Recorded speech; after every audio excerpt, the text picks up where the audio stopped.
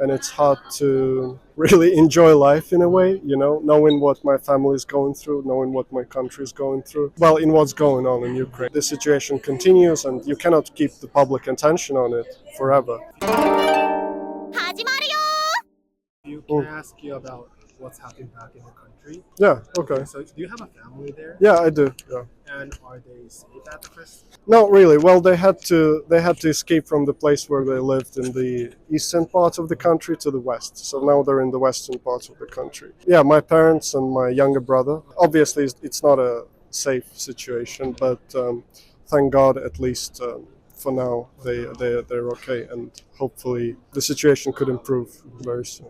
I think you have a really hard time, like, of course, about the situation, but you also not being back in country, you can't really, the contact might be hard. Can I ask you, like, what is the most, not the most, but, like, the hard things you have? Right, that's the hardest thing, I think, because it's hard to focus on my research, and it's hard to really enjoy life in a way, knowing what my family is going through, knowing what my country is going through. And I think that had a great impact on my research and on my studies, especially coupled with the pandemic, right? Yeah, well, I'm trying to overcome it somehow, and I have a very good professor and a very good lab people who have been very, very supportive in a way, especially of my research. Do you feel kind of any kind of gap between, like, what Japanese people understand about the situation, like you understand the situation?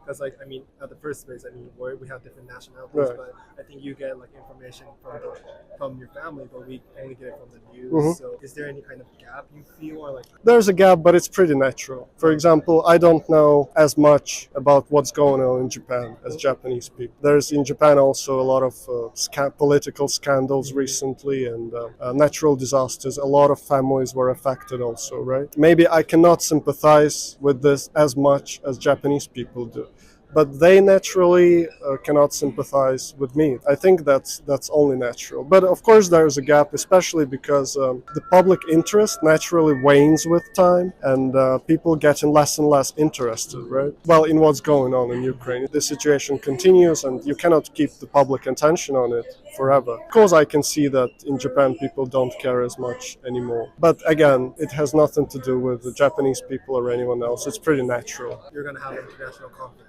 Right. There might be like a Russian. Oh no, not this time. But I think academic is different because academic must be neutral. Yeah. But is it kind of hard to kind of divide the politics and academics throughout those kind of activities? It's hard, but you gotta do it. It would be hard, especially if it's a humanitarian. For example, if it was a conference about political science, or if it's a conference more about the humanities, then it would be hard because we could be talking about the actual topics. When you go to a mathematics conference or a physics conference, you only really trying to think about research. I wouldn't have this problem. Yeah, I haven't really talked to any Russian people in the Tokyo University. I don't think I've met very many of them, but I don't know. We'll have to see at the situation. We have to look at the person again. You have to judge people because it's quite horrible and we're quite angry at Russians in general. But that particular person, for example, that came to the conference does not necessarily have to do anything with it, right? And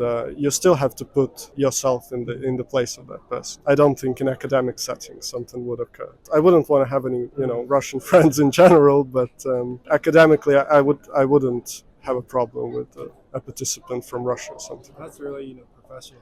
I don't know, but what am I gonna do? Person's not gonna fix anything. I'm not gonna achieve anything, right? You have to act only if there might be any result. You cannot accuse every person because maybe they're also escaping Russia, from a political repression or something like that. You really have to keep that separate. One last question. Can I ask you your future plans? You're in the PhD. Right. I guess. Well, I did masters also, just starting out. Okay. So I think you have about 3 to 5 years at Right. PhD. Mm-hmm. So can I ask you what you're planning to do after that? What you're thinking about your career? I think it's hard to go back to your country or a national professor. You have a lot of plans since you're a hard worker. Can I ask you your plans?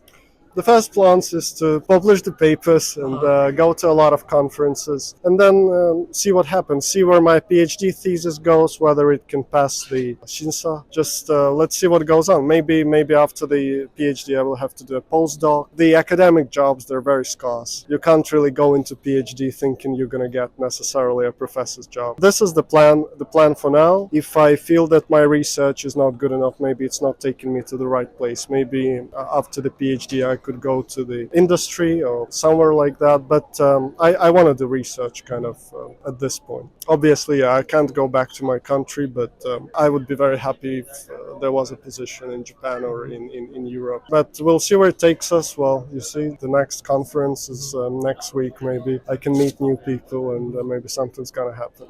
Thank you so much for your time, and no thank problem. you so much for your questions.